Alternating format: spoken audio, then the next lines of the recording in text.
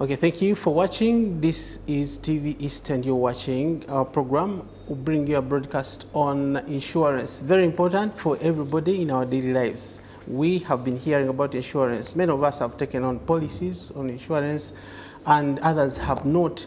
And we want to deliberate about the implications of these policies and who is eligible for these policies, what it means to take on insurance, how good it is for our daily lives and for our securing our future, basically. I think insurance secures our future. Is it so, Julie? It does. Secures the future. Yes, it secures the future of many people. So to cover you from all these risks, I believe it's one of the things that secures one's future. We have various types of insurances. Can you just, because we just mentioned about the third party, which other insurance policies that are common that you feel people need to know about? Okay, thank you so much. For sure, there are very many types of insurance policies, and it also depends on what you do. So a policy that applies to a farmer might be different from a policy that applies to an office person or a construction firm or someone in tours and travels. Okay. It just depends on what the nature of your what you do to earn a living. So, but I will just focus on the ones that probably are mandatory, that we, at least for a bare minimum, if you're not able to take on insurance, these are like a must-have. So for the law, again, the government has mandatory policies that every person must have as far as insurance is concerned. We've just talked about the motor third party. Now the second one is the workers' compensation. Workers' compensation? Yes. Ideally, every employer has a liability or a responsibility to insure their workers while they are working. Why? Because while you're executing your duties, you're likely to get injured. Yes. To get injured, that could lead to either a permanent condition or sustain a bodily injury, which could be permanent or temporal. I mean, you may not be able to go back to what you used to do. And some of them have actually led to death. So workers' compensation is a requirement under the Workers' Compensation Act that is being implemented by Ministry of Labour. So what it does is that it covers an employee while they're on duty or when they're on their way to and fro. To and fro, okay. Strictly to and fro. Okay. That's where the liability stops. And then while executing, for as long as you're doing your boss's mandate. Okay. And from my job, I'm going home, I get an accident. Direct journey. I must emphasize direct journey. Yes. Meaning, if you're on your go, then you decide to go to the bar, okay, and first drink up to midnight, and then you decide to go home. If anything happens, home, Julie, come on. Direct journey, it's not direct. So first reach home. I don't have to divert to get some airtime somewhere. Because now you're in a bar, you can easily be hit by.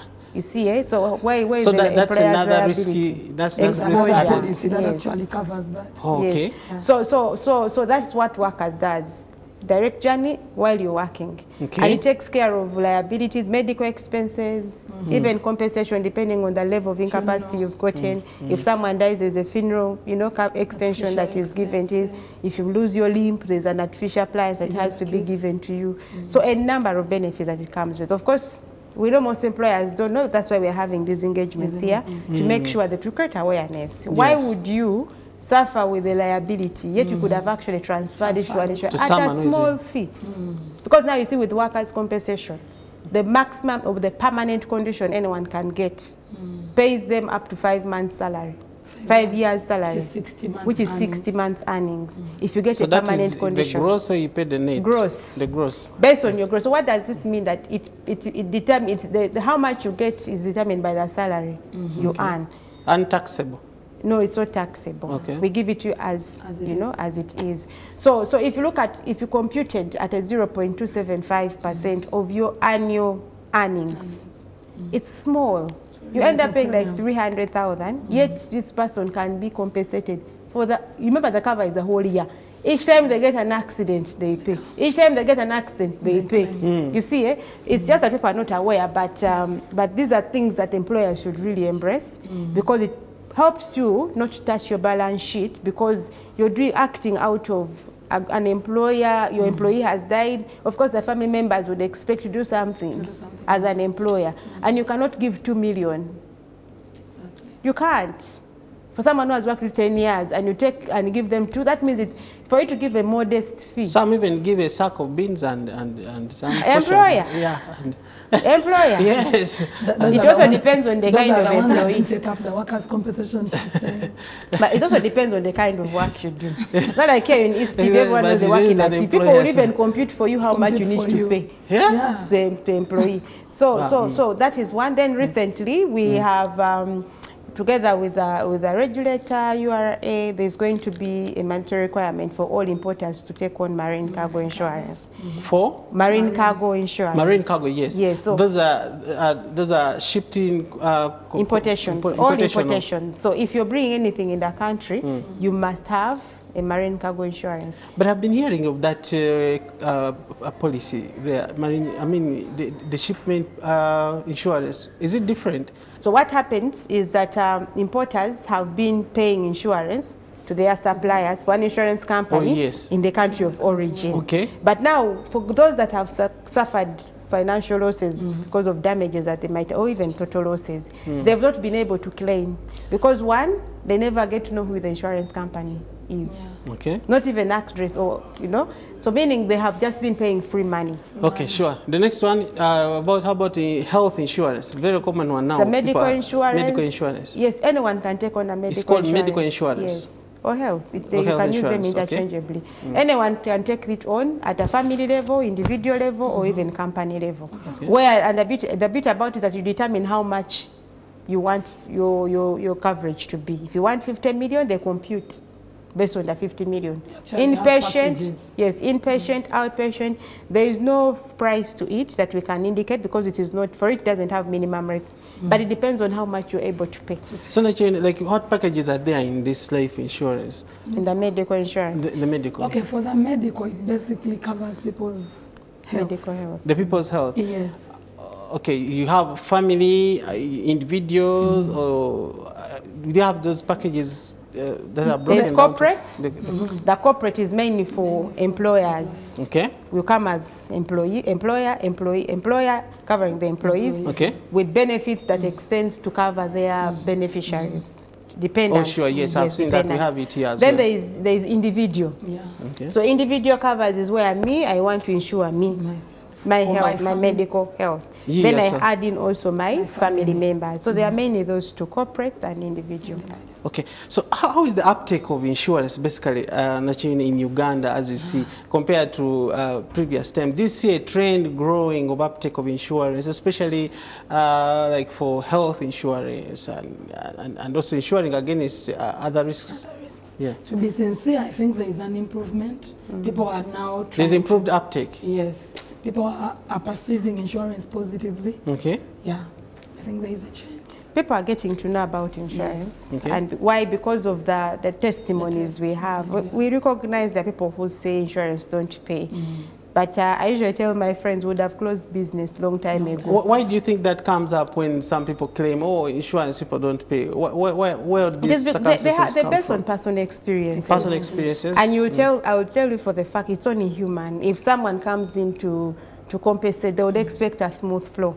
But remember, insurance, because we are paying out money, you don't just pay out money. You have to have supporting documentation to justify. Because I'm told the process is very long. You have to go through what? Bring this, bring that, your birth certificate, when are you born, sign here, sign there.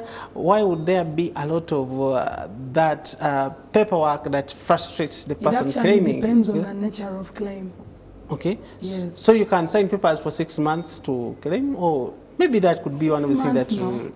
When they ask you for a document, yes. you're the one who determines how long we take to pay. Because there are standard documentations which they will ask you. If someone has passed on, we also go by what the law says. Yes. If someone has, you cannot to just ascertain pay that actually somebody died. Apart from just ascertaining, is it true? Someone has died. First and foremost, we can't pay a dead body. There must be someone we give the money to. Next of kin. So what does the law say?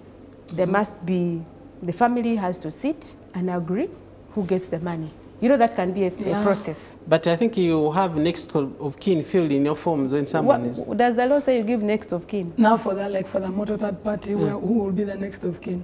I came and purchased my third party insurance I have injured someone or I have knocked someone dead. Whom you don't even know. Who will be the next of kin of the person who is dead? That's a good one. Your person was just moving, but they are dead, hit dead. Okay. You see, eh? So it is case by case, but also for us people who have straight claims, we've not had issues at all. So there are claims that these claims differ depending on they just depend on the particular risk that has been undertaken and the circumstances. If you get a person who is straight, they are not trying to, because you know where there is money. Yeah. People try to see, how do I get this money? How do I get more? When I was still in practice, there's a case which we had where a border guy died. The mother was the one pushing for the claim. She was like the one who came to claim. As soon as we're about to issue a payment, the father appeared. The father appeared. According to the mother, from nowhere, this man abandoned them as a family and went on. So she raised this son independently. Now the man has had the son as well, and there's insurance going to pay. He appears. We had to withdraw first and allow the family to put themselves in order and agree who to pay. Tomorrow that person will say they paid us after 1 year, but you see the circumstances. So the procedure has to be followed.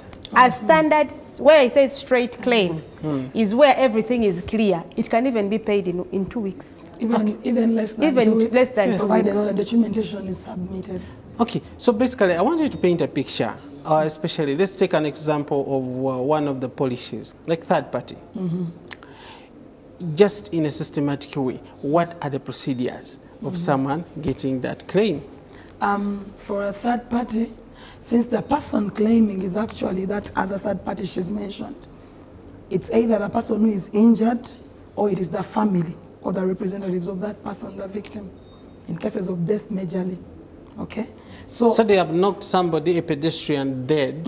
So what are the what should be done immediately for someone to get their claim? Okay, for death, there are certain requirements that we shall ask as insurers. Of course, for death, we shall ask for the police report, we shall ask for the death certificate and post-mortem report. Each of them applies in different circumstances. A post-mortem report applies majorly where someone is being injured and then they were taken to hospital and they died in hospital. But even if someone dies and already do a post-mortem report, is it mandatory to have a post-mortem report also during the claims? During that, either of the two works, depending on the circumstances. Okay, so what are the documents? Okay, just to re-emphasize, what are the documents that somebody must come with to an insurance company for them to do that claim? For a death claim? Yes. We need the police reports, relationship to the victim. For example, if it's a death, because we're talking about a death, if it is a mother claiming, we have to at least know that it is the mother. Yes. The person brings something that shows they are the relative. That's where the birth certificate comes in. Yes, the birth certificate. Sometimes they bring the immunization, the baptism. We try to simplify for them. To show that you're the mother. You're the mother. Because all those indicate the rightful, actually the biological baptism? Yes. Any document, as long as you can demonstrate. Simplify for them. Because now we have a national ID in place. I hope you hear where we come from. Yes. Do national IDs reflect to the parents of the person? Yeah. You know why? You see, when they your national ID has your father's name. It doesn't have. It is in when you're filling those national IDs, it is in the NERA system. No, you bring. You see, the point here is, and I'll tell you where there is money, even a fraudster can come in. If we do not have any document to justify why we paid this money to this person, I'm telling you, we'll have to pay the claim again when we go to the court. Yeah. So all these things. So you try to exhaust all means everything because we know if that's why I said if a straight claim is easy when the victim is still there, not dead. It is easy because then you're going to ask for documents, ID and a medical receipt, medical report. PF3 form, because the police normally gives them a PF3 form for the police surgeon to do examination, then the police report, and we are good to go. They fill in a claim form. Because someone can come and claim that this person you paid does not have any relationship with the victim. So it is due diligence that is bureaucratic. It is due diligence. And there are also audit issues. Yes. Because we also recognize that someone also in a company can connive with someone. Yes, very true. Oh, sure. Because they are human beings, and we have all of them. You've heard of people who theft in organizations. Yes. They are all there. So all these are due diligence, and also we also obliged by the laws that govern payouts. Okay. You cannot just pay out based any chunk of money just because someone has said this. What due diligence have you followed to ascertain?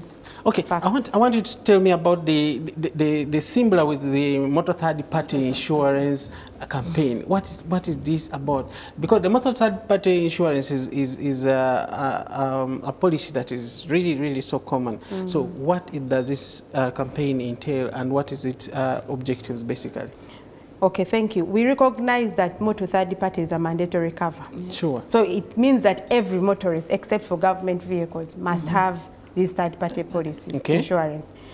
But we've also realized that not everyone actually has this especially these taxi guys, they keep on dodging around. I see them all over. They go all through Panyas to ensure that they dodge police and traffic police who are asking for this insurance. Exactly. Yes. So what the campaign is doing is, one, we're trying to, I'll start with the one that you actually said. Yes. We want to clear the air. Okay? The misconception about insurance. And how it doesn't pay, how it is a tax, how it is, so bureaucratic. So bureaucratic. Yes. We want to clear that air by just sensitizing the people and letting them know, if you have an accident, if you get involved in an accident, please follow this step by step. Report it to police. They are manageable procedures. When you're a victim, you do not have you may not be able to know who insured this vehicle. That we recognize. When you report to the police, or when police gets in there, they're able to ascertain who insured the vehicle. Okay. So once you report to police, we also recognize that seek medical advice first. Like, don't be there. I mean, even the victim by that time cannot even know about insurance. Usually they take you to the hospital. So when police has received the accident, we expect, and we are working closely with police to make sure that they help victims reach out for compensation from the insurance company. At least I've received many who have called. Right now there's one who is in Ginger, who is helping a victim get compensated. So once they get to the police, these other paperwork, police knows. So the police should help support, can support the person, and they have liaison, and give them guidance on how to claim. They have liaison officers who help community in such incidences. So once they help with the paperwork and you've gotten medical treatment, by that time, insurance actually should have known that there's an accident that happened here. And because of what we are doing, this campaign, we are also taking, as an association. And beauty is that with social media, when an accident happens, somehow you get to know accidents that have happened, especially when they go social. So we go ahead of our members, we check. We have a platform where now everyone, we can get to know who has insured which vehicle at any time, even right now. Oh, really? Yes, once I have the phone. You have a database, that in your database? Yes. And let me just relay a little. Because of the many challenges that we encountered as an industry of people saying we don't pay, most of the people who are not paid was because the vehicles that caused accidents to them had fake stickers. The insurance stickers are fake? Fake. Whether they got from NASA or they fall in a trap. So when an accident happens and you come, we don't know who to attach. Are there mechanisms where traffic police can be able to detect and understand this is a fake sticker? Exactly. So because of that, apart from me saying, I'm not the one who insured you, how have you left the victim? So that's why the association or the industry came from to solve the problem of that is in line with the mandate that the government actually had to make sure that these victims are protected. Okay. So together with our regulator, we came up with a platform. So this platform denied agents or anyone to receive cash. So now for motor third party, you don't pay cash. Yeah, because I see a lot of outlets. I see a lot of outlets. What are the modes of payments? So when you pay cash, it means that you're doing it at your own. If anything happens, we shall not be able to support you. So for you to be able to pay for motor third party, we use mobile money now. Okay. So we have different channels. We have MTN, Airtel, Payway, Diamond Trust Bank, and Centenary Bank. You get in there. Our website gives you the toll-free number. You can get to our toll-free number as UIA. You can call UIA directly. And as long as you can get the number plate of the vehicle, in fact, what the victim needs to know now is the number plate. Because of the system. Okay. Number plate, call Uganda Insurance Association. We will check in the system and then introduce you to the insurance company. They will pay you. Yeah. Whether they own the police, the vehicle owner is involved or not. So this is where we have a hit and run. That is now the challenge. How do we go about that? That's our government. Because if hit and run and someone has been able to get the number plate probably. Once the number plate is there, once we get to know the number plate, that is all. You can be able to track that. We can track that vehicle. Yeah. We've been having issues of hit and run, but I think it's very important now, according to what I've noticed, to be able to just get the number plate. Very important. If people at the scene, to be able to know, if you can be able to notice the number plate and submit it to police, I'm told now they can be able to check in the system and somebody can get their claim. Very important. So we're going to take a short break and then we come back and in our third segment and we conclude this discussion about insurance. Very important in our daily life. I will be back shortly.